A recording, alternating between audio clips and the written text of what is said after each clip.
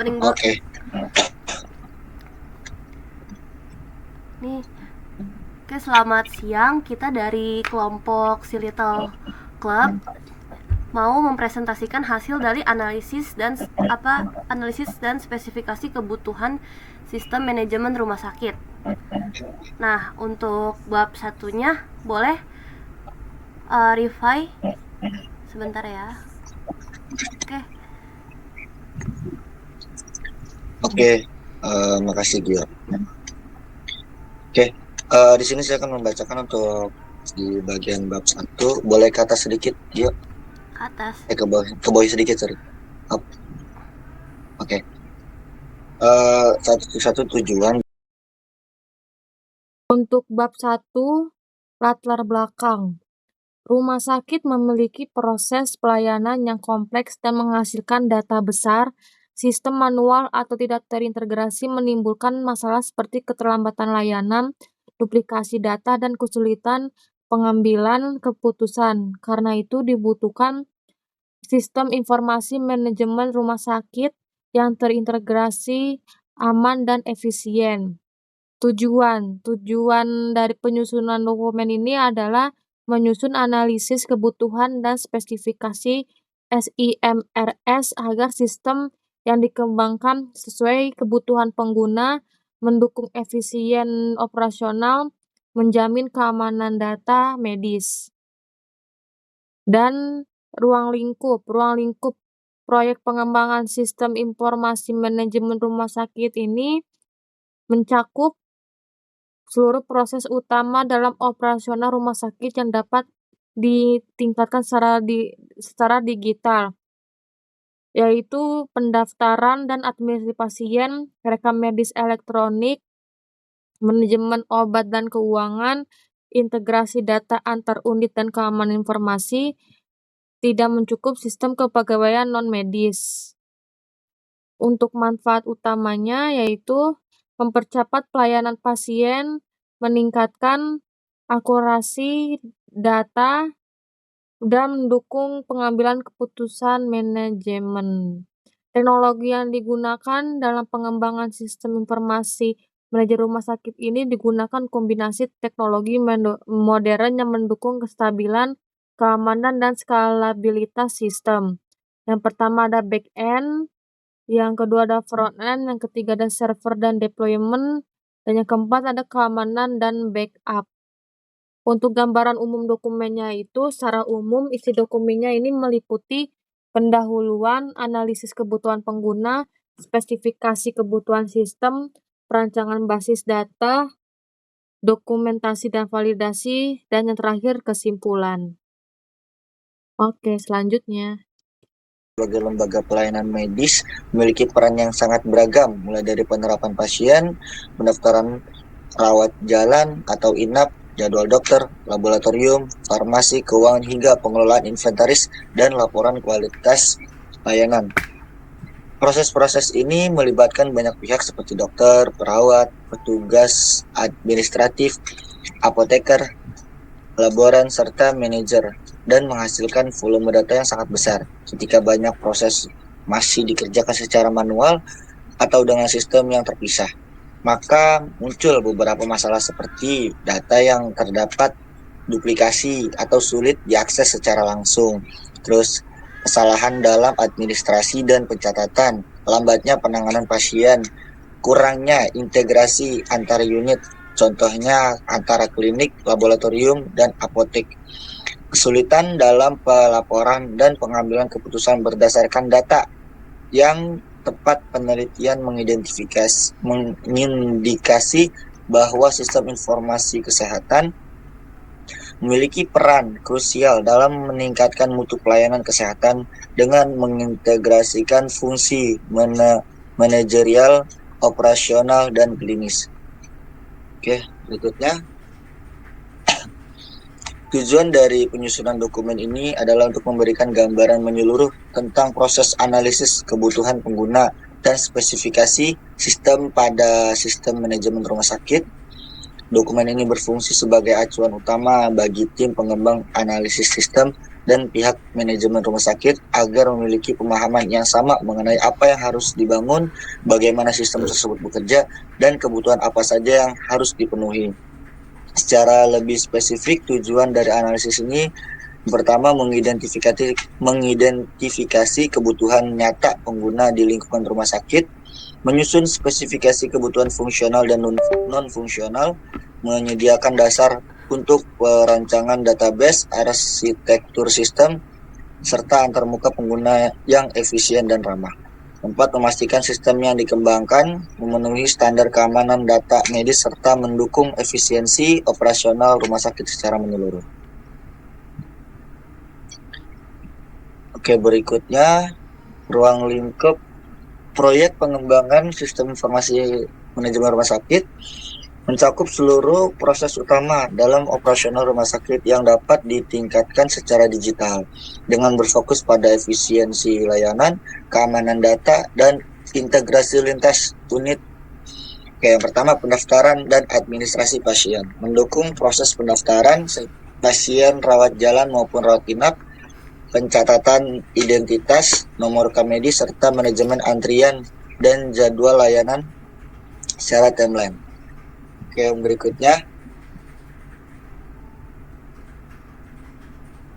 Oke, terus yang ada manajemen obat dan inventory, pelaporan dan keuangan, integrasi dan interoperabilitas data, terus ada keamanan, privasi dan tata kelola, kesiapan infrastruktur dan SDM.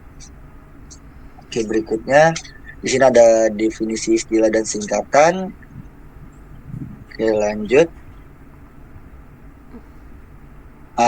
Referensi. Kita di sini ada beberapa referensi. Ada 4. Yang pertama dari Kementerian Republik Indonesia tahun 2013, BMC, Widya Cipta Jurnal 2024, dan South East European Journal Public Health. Oke, lanjut.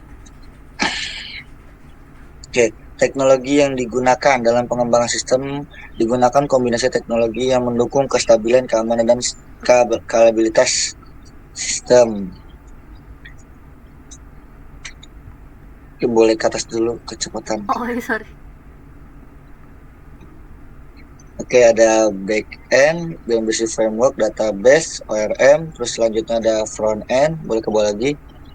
Ada framework, library UI, server dan deployment, web server, cloud environment, selanjut keamanan dan backup, keamanan komunikasi, hak akses, backup data. Lanjut, gambaran umum dokumen, ada pendahuluan, analisis kebutuhan pengguna, spesifikasi kebutuhan sistem, perancangan basis data, dokumentasi dan validasi, dan terakhir ada kesimpulan. Oke, untuk bab 2 akan dilanjutkan oleh Rohim. Oke, di sini yang kedua ada deskripsi umum. Yang pertama ada perspektif produk, yang dimana sistem antrian rumah sakit ini dirancang sebagai modul dalam sistem informasi manajemen rumah sakit yang menyediakan layanan antrian pasien secara elektronik. Produk ini akan beroperasi secara terpadu dengan modul pendaftaran, rekam medis, dan klaim BPJS, serta menyediakan fungsi real-time untuk pengelolaan antrian, estimasi waktu tunggu, dan prioritas kasus. Selanjutnya itu ada beberapa karakteristik perspektif produk. Yang pertama ada modul terintegrasi, kemampuan prediksi waktu tunggu, antrian dinamis dan prioritas, dan yang terakhir itu ada layanan mandiri pasien dan monitoring serta dashboard untuk manajemen. Yang kedua ada antarmuka perangkat lunak. Di sini ngejelasin komponen antarmuka perangkat lunak yang disarankan, yaitu pertama ada dashboard petugas dan admin yang berisi poin-poin untuk berikut, yaitu modul pendaftaran pasien, daftar antrian aktif, status panggilan, estimasi waktu. Yang ketiga ada kemampuan edit dan atau simpan ulang antrian. Yang keempat ada laporan historis. Lanjutnya yang kedua ada antarmuka pasien. Itu ada form pendaftaran digital, menampilkan nomor antrian dan estimasi waktu tunggu, notifikasi atau alert ketika antrian hampir tiba. Dan yang terakhir ada fungsi cancel dan reschedule antrian jika diizinkan. Untuk yang ketiga itu ada modul sinkronasi atau API internal, yang mengandung antarmuka pemanggilan antrian, API untuk integrasi ke modul EMR, billing, sistem BPJS. Yang ketiga ada sistem backend service untuk perhitungan prediksi waktu, logik alokasi antrian. Yang keempat ada antarmuka display publik, yaitu layar LED atau monitor yang menampilkan nomor antrian saat ini dan poli tujuan. Yang kedua ada indikator visual, misalnya warna, bar progress, agar pasien dapat melihat secara mudah. Yang kelima ada pengaturan dan administrasi sistem. Yang pertama ada hak akses atau manajemen pengguna, konfigurasi poli, jam layanan, toleransi keterlambatan. Selanjutnya ada manajemen fallback. Nah, untuk yang 2.3 ini ada antarmuka perangkat keras. Jadi ini untuk apa ya namanya? Perangkat keras yang digunakan lah untuk sistem ini, yaitu ada kios digital atau terminal self-service, ada printer tiket atau barcode atau QR code. Selanjutnya yang ada display publik, monitor, LED board. Yang keempat ada komputer, server lokal atau server pusat. Yang kelima ada router, switch, jaringan LAN, dan koneksi internet. Yang keenam ada UPS atau sumber daya cadangan. Yang ketujuh ada perangkat mobile, itu opsional. Dan yang terakhir ada scanner pembaca barcode atau RFID, ini juga opsional. Selanjutnya ada manfaat produk. Ini untuk manfaatnya itu ada pengurangan waktu tunggu nyata dan persepsi tunggu. Kedua ada peningkatan kepuasan pasien. Ketiga efisiensi operasional dan optimalisasi sumber daya. Keempat transparansi dan kepercayaan. 5 data historis dan analitik. 6 fleksibilitas dan skalabilitas. Selanjutnya yang 2.5 ini karakteristik pengguna. Yang di sini sudah dibuat tabel yang dimana ada 6 kategori pengguna. Yang pertama itu pasien yang rawat jalan, yang ciri kebutuhannya itu usia variatif, ada yang tua dan tidak terbiasa teknologi.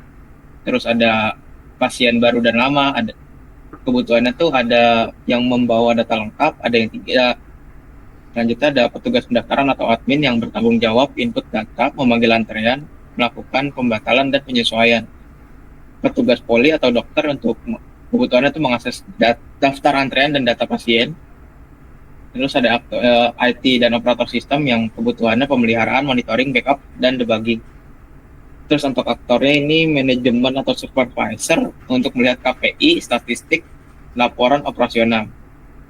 Untuk 2.6 ini ada batasan-batasannya, yang dimana itu ketepatan prediksi yang terbatas, terus ketergantungan terhadap infrastruktur teknologi informasi, keterbatasan perangkat keras, resistensi pengguna terhadap perubahan, variabilitas pola kedatangan pasien, kebijakan dan regulasi eksternal, keamanan dan privasi data, dan yang terakhir itu ada biaya implementasi dan pemeliharaan. Selanjutnya untuk 2.7 asumsi dan ketergantungan.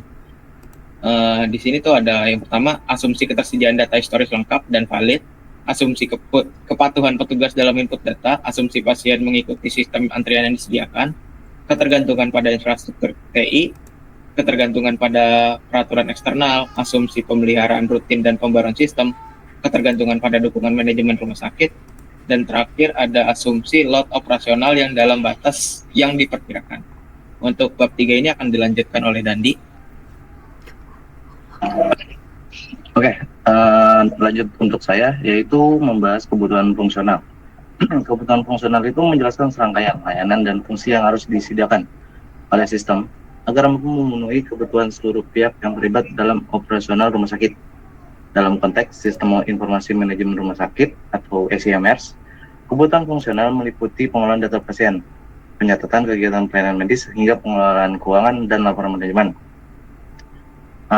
Lalu dengan landasan tersebut, sistem yang dirancang diharapkan mampu meningkatkan efisiensi pelayanan, menjaga integritas data, dan membantu proses pengambilan keputusan di rumah sakit. Fungsi utama yang pertama itu adalah manajemen pendaftaran pasien. Fungsi ini sangat bertanggung jawab terhadap proses pendaftaran pasien yang baru maupun yang lama, yang mencakup pengumpulan data identitas, validasi, kepesertaan BPJS, serta pengaturan nomor antrian pelayanan.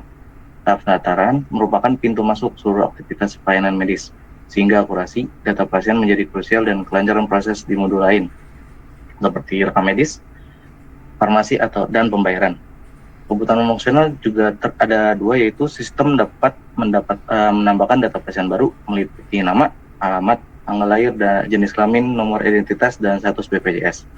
Yang kedua, sistem mampu menampilkan nomor antrian estimasi waktu tunggu pasien secara otomatis, dan sistem terintegrasi dengan database BPJS untuk memvalidasi keanggotaan dan tagihan pasien. Sistem juga menyediakan fitur pencarian pasien lama berdasarkan nama atau nomor rekam medis, dan data pasien tersimpan di basis data terpusat yang dapat diakses oleh unit lain seperti dokter, perawat, dan farmasi. Fungsi utama kedua yaitu manajemen rekam medis elektronik atau IMR. Fungsi ini mengelola seluruh record pemeriksaan pasien, termasuk hasil diagnosa, tindakan medis, dan resep obat. Modul IMR memungkinkan dokter untuk mengakses data pasien secara cepat tanpa ketergantungan batas pada berkas fisik. Sistem juga mendukung pengiriman resep elektronik langsung ke bagian farmasi, sehingga mempercepat layanan, mengurangi risiko kesalahan penulisan. Kebutuhan fungsionalnya itu yaitu pertama, dokter dapat mengakses dan memperbarui riwayat pemeriksaan pasien secara real time. Sistem juga menyimpan data diagnosa, hasil pemeriksaan penunjang, serta resep obat ke dalam basis data pasien. Sistem juga mendukung pengiriman resep elektronik ke modul farmasi untuk verifikasi dan penyiapan obat. Sistem dapat menampilkan ringkasan riwayat pasien dalam format yang mudah dibaca, dilengkapi fitur pencarian berdasarkan nomor rekam medis, nama, atau tanggal kunjungan. Fungsi utama yang ketiga yaitu manajemen pembayaran dan laporan. Modul ini bertugas mencatat seluruh transaksi keuangan pasien, baik umum maupun BPJS, serta menghasilkan laporan keuangan dan operasional rumah sakit. Informasi yang dihasilkan juga digunakan oleh bagian manajemen untuk menganalisis kinerja layanan dan pengambilan keputusan terkait kebijakan biaya dan sumber daya. Kebutuhan fungsionalnya, sistem mencatat setiap transaksi pembayaran pasien, yaitu tunai, debit, maupun klaim BPJS. Sistem dapat menghitung total biaya pelayanan secara otomatis berdasarkan tindakan dan obat yang diberikan. Dan sistem menyediakan laporan keuangan harian, mingguan, dan bulanan yang dapat diekspor ke format PDF atau Excel. Sistem juga mendukung integrasi dengan modul klaim BPJS atau asuransi untuk proses administrasi pembayaran. Sistem menyimpan data transaksi ke dalam basis data yang aman dan mudah diakses oleh bagian manajemen. Kesimpulannya, kebutuhan fungsional yang dirumuskan mencakup 3 fungsi utama yang saling terhubung, yaitu manajemen pendaftaran pasien untuk memastikan keakuratan data dan kelancaran alur pelayanan, dan manajemen rekam medis elektronik IMR sebagai pusat informasi medis pasien dan integrasi atur nitip pelayanan. Manajemen pembayaran dan laporan sebagai pendukung utama transparansi keuangan dan pengambilan keputusan manajerial. Oke, lanjut untuk kebutuhan non-fungsionalnya. Kebutuhan non-fungsional. Kebutuhan ini menjelaskan standar kualitas dan batasan teknis yang harus dipenuhi oleh sistem agar dapat beroperasi dengan efektif, aman, dan mudah digunakan. Berdasarkan hasil TLA dan jurnal terkait pengembangan sistem informasi rumah sakit atau SIRS, aspek non-fungsional mencakup kinerja, keamanan, keterpakaian atau usability, portabilitas, dan skalabilitas. Kinerja atau perform, sistem informasi berbasis web harus mampu memproses data pelaporan dan transaksi secara cepat dan efisiensi agar mendukung kegiatan operasional rumah sakit secara real time. Dalam konteks sistem antrian dan pendaftaran pasien, waktu respon ideal adalah kurang dari 3 detik per entry untuk menjaga alur pelayanan. Dan itu, sistem juga harus mampu menampung beban hingga 100 pengguna aktif bersamaan tanpa terjadi penurunan performa signifikan. Hari ini selaras dengan temuan Nisi dan Adi pada tahun 2021 yang menekankan pentingnya kendala server dan stabilitas jaringan untuk menghindari masalah teknis seperti sistem hang atau sistem overload yang merupakan hambatan umum implementasi HIS di rumah sakit. Yang kedua itu keamanan security. Aspek keamanan adalah faktor vital bahwa seluruh data pasien perlu dienkripsi baik saat penyimpanan maupun transmisi. Akses pengguna harus dibatasi dengan autentikasi berbasis username dan password yang disesuaikan dengan otoritas pengguna, misalnya dokter, admin, atau farmasi.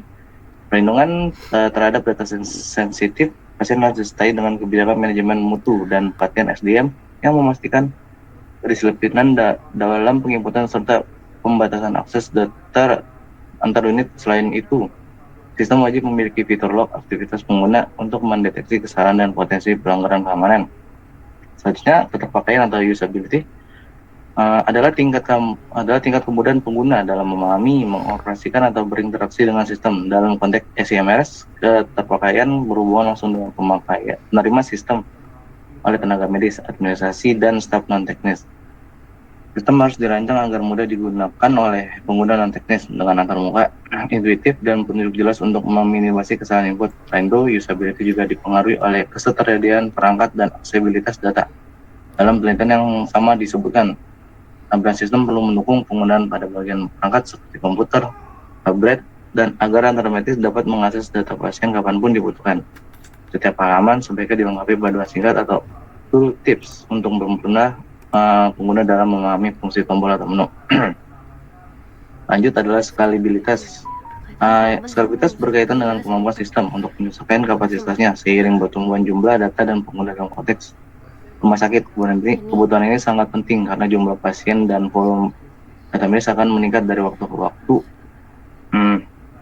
Berdasarkan dua pandangan tersebut, skalabilitas dalam SMS tidak hanya berarti peningkatan kapasitas teknik server dan database, tapi juga kesiapan organisasi dan pengguna untuk menghadapi ekspansi sistem di masa depan.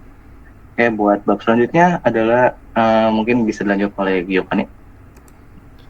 Nah, di bab 5 kita akan menjelaskan tentang antarmuka sistem manajemen rumah sakit dikembangkan oleh topan dari jurnal TNI AU. Berbasis web memiliki banyak halaman antarmuka untuk unit pendaftaran, rawat inap, poli, apotek, dan kasir. Nah, dari antarmuka pengguna tersebut itu use case menggambarkan hubungan antara aktor dan fungsi utama sistem pada sistem informasi manajemen rumah sakit berbasis web. Jadi untuk penggunanya si website ini tuh ada admin pendaftaran, admin poli, admin rawat inap, admin apotek, dan admin kasir. Nah, untuk table aktor dan deskripsi use case-nya sendiri itu jadi nanti di webnya itu bakal dipakai sama super admin. Super admin ini bisa mengedit semua data seperti mengelola, menginput, mengatur data-data yang ada di rumah sakit. Nah, untuk seperti admin lainnya seperti admin administrasi, admin pendaftaran, admin poli, itu nanti aksesnya tuh akan sangat lebih mendetail. Jadi setiap admin itu punya sectionnya masing-masing. Nah, dijelaskan di use case ini. Boleh dijelaskan, Rohim? Ya, oke. Jadi yang pertama tuh kan dari gambarnya ada super admin yang dimana ada garis-garisnya yang ke semua aksi yang ada tuh, ke use case yang ada. Jadi super admin ini kan tadi sesuai sama yang table bisa melakukan apa yang admin lain melakukan gitu. Nah, selanjutnya ada yang aktor untuk admin pendaftaran ya. Nah, itu dia bisa melakukan pengeditan data pasien, merekap data pasien, sama menginput data pasien. Selanjutnya tuh ada admin poli. Di situ dia berfungsi untuk merekap data pasien, menginput catatan medik, sama menginput data pasien juga dia bisa. Selanjutnya ada administrasi, itu dia nginput data pasien, merekap biaya pasien, sama merekap pembelian obat. Yang di kanan itu ada admin rawat inap, untuk dia tuh melihat daftar rawat inap, menginput rawat inap, menginput catatan rawat inap, menginput tanggal keluar, menginput biaya rawat inap, sama ya udah itu dong. Selanjutnya ada admin apotek yang fungsinya untuk menginput data obat, menambah stok obat, sama merekap pembelian obat. Nah, semua aksi yang ada ini, use case yang ada, itu memerlukan login, yang dimana di sini udah diberikan garis untuk input loginnya. Untuk selanjutnya bisa dilanjutkan. Oke, nah ini tuh table untuk jelasin dari use case-nya masing-masing, yang dimana ada aktornya, deskripsi, dan sejenisnya. Boleh dilanjut terus, Gio? Oh, ini cuman table ini doang? Iya, cuman table penjelasan doang. Ya.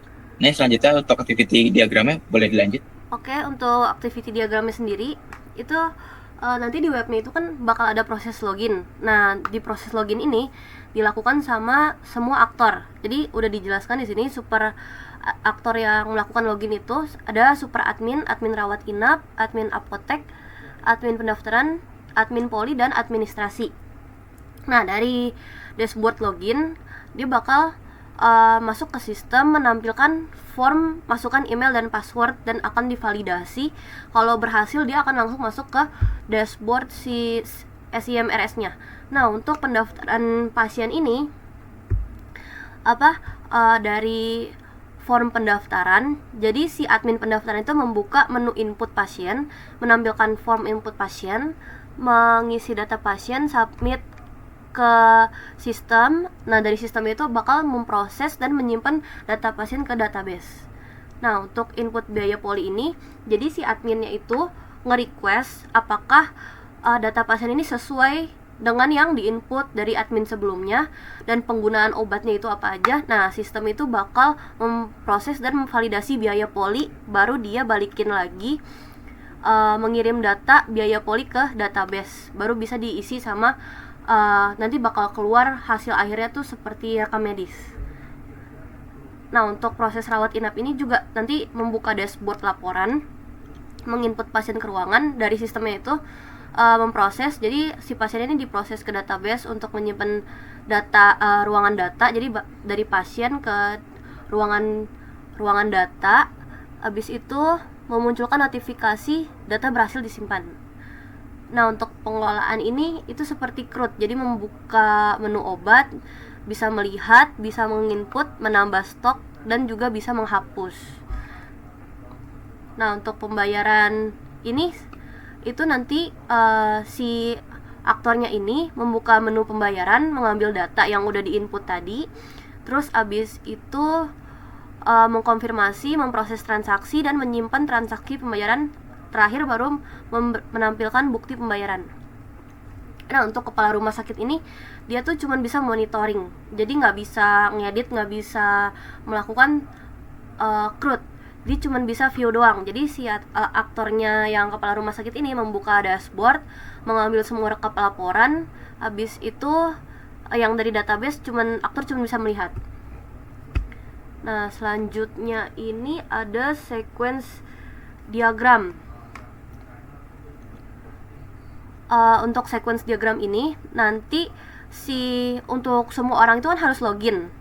Nah, jadi dari semua aktor bakal akses halaman login, abis itu bakal dicek apakah datanya sesuai dengan yang ada di database. Kalau misalnya login sukses, akan dibawa ke dashboard. Tapi kalau login gagal, jadi dia bakal balik lagi ke dashboard utamanya, menu loginnya lagi. Untuk proses pembuatan akun ini cuman bisa digunakan sama super admin. Jadi dari super admin masuk ke halaman, input data, habis itu menekan submit, baru nanti dia masuk ke database. Itu untuk menyimpan data-data admin-admin lainnya. Jadi yang lain tuh bisa login juga untuk mengakses dashboard masing-masing. Nah, ini untuk bagian penginputan data pasien. Ini tuh aktornya itu ada super admin, admin pendaftaran, admin poli, dan administrasi. Jadi dia tuh kayak dashboard, form input langsung ke database. Nah, untuk pengelolaan obatnya sendiri itu dia juga CRUD. Jadi di sini ada input, ada edit. Ntar ini bisa digini ya. Ada edit dan ada hapus. Jadi misalnya mau edit, dia langsung form data obat, sistem database, sama seperti edit dan hapus. Oke, untuk kasir sendiri itu dia tuh mengisi form pembayaran, data pembayaran baru, dan dari sistem itu diproses, dari database divalidasi apakah ini cocok dengan data pasien yang udah diisi sama admin lain, baru dia balik ke kasir memberikan data pembayarannya. Oke, untuk kepala rumah sakit sama seperti sebelumnya, kepala rumah sakit itu cuma bisa view. Jadi dari kepala rumah sakit itu klik view report, baru menampilkan data reportnya. Nah, untuk class diagram Di sini kelas diagramnya sendiri tuh ada login, pasien, rawat inap, biaya rawat inap, rekam medis itu dari poli, obat, catatan rawat inap, penjualan obat, pembelian obat, dan biaya poli. Nah, untuk penjelasan kelas diagramnya ini ada seperti pasien yang ke transaksi ini one to one, dan ada login dan pasien one to many. Kenapa login one to many? Karena semua admin itu kan bisa login, jadi kita one to many. Kalau misalnya login buat ngeliat rekam medis juga sama one to many. Tapi untuk pasien ke transaksi itu kan one to one, karena satu pasien itu hanya bisa satu transaksi. Nggak mungkin satu pasien itu bisa 10 transaksi. Ini maksud transaksi itu adalah sekali berjalannya pengobatan. Kalau misalnya dia ada butuh pengobatan baru, dia bakal membuat transaksi baru, rekam medis baru, dan bill baru. Nah, untuk penjelasan class diagram ini ada di sini semua tabelnya. Nah, di tabelnya ini tuh menjelaskan ada field, ini tipe data, lengthnya itu jadi untuk berapa karakter untuk setiap data itu butuhnya, dan sini ada keterangan dari class diagramnya. Oke, ini bakal kita skip langsung ke UI. Boleh dilanjut, Dandi?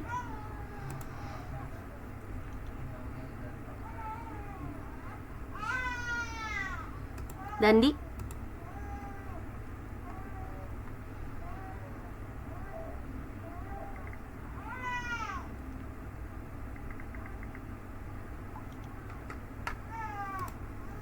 Halo, Dandi?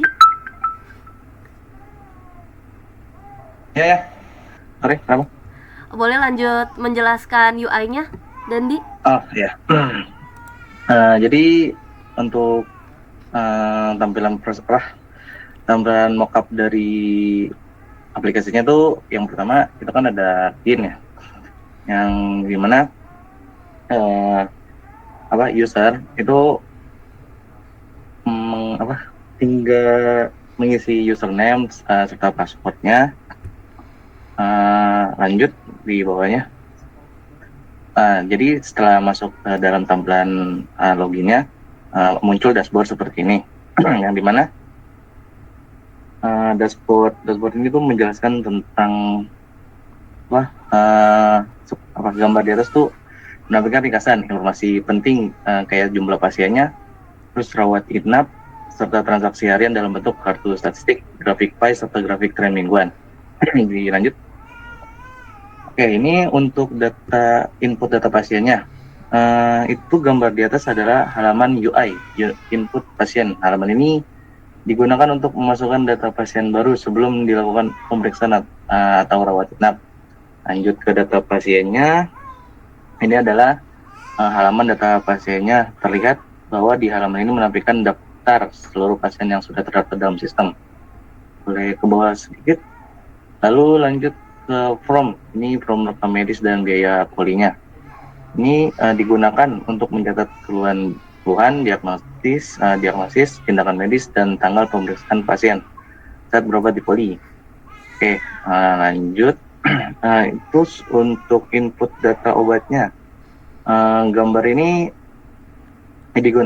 gambar itu menjelaskan tentang digunakannya oleh admin apotek untuk menambahkan obat baru ke dalam sistem seperti yang dilihat.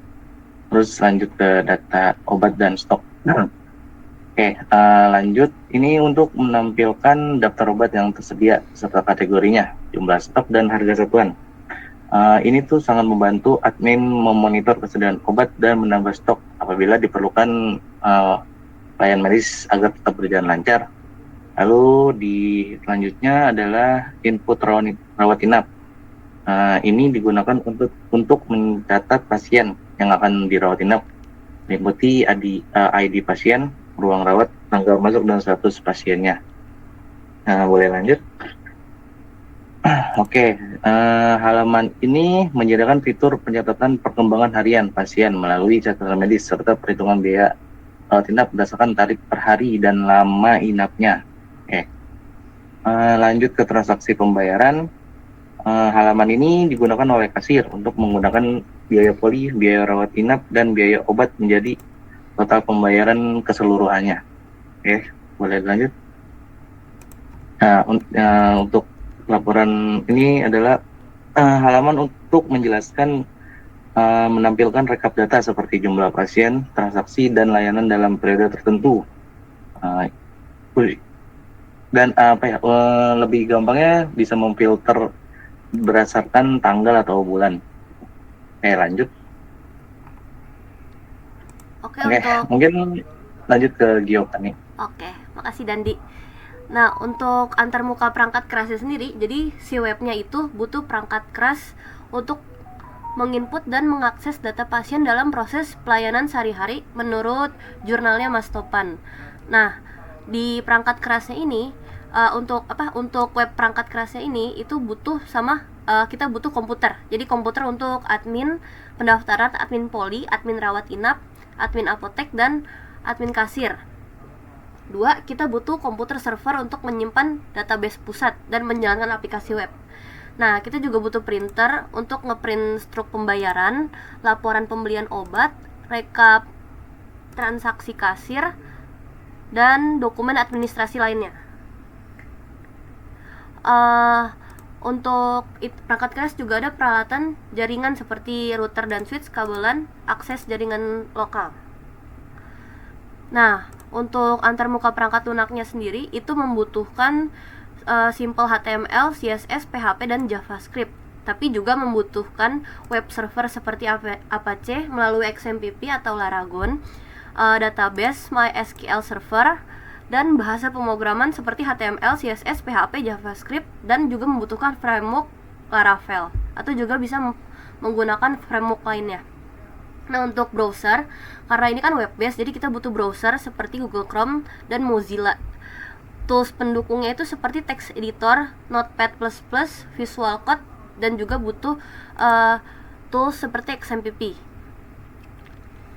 Nah, untuk kebutuhan perangkat kerasnya itu, jadi untuk perangkat keras juga membutuhkan spesifikasi. Ini menurut dari jurnalnya Topan dan jurnal Nilansari itu membutuhkan server seperti prosesor quad-core, RAM juga, storage 500 GB, dan backup drive.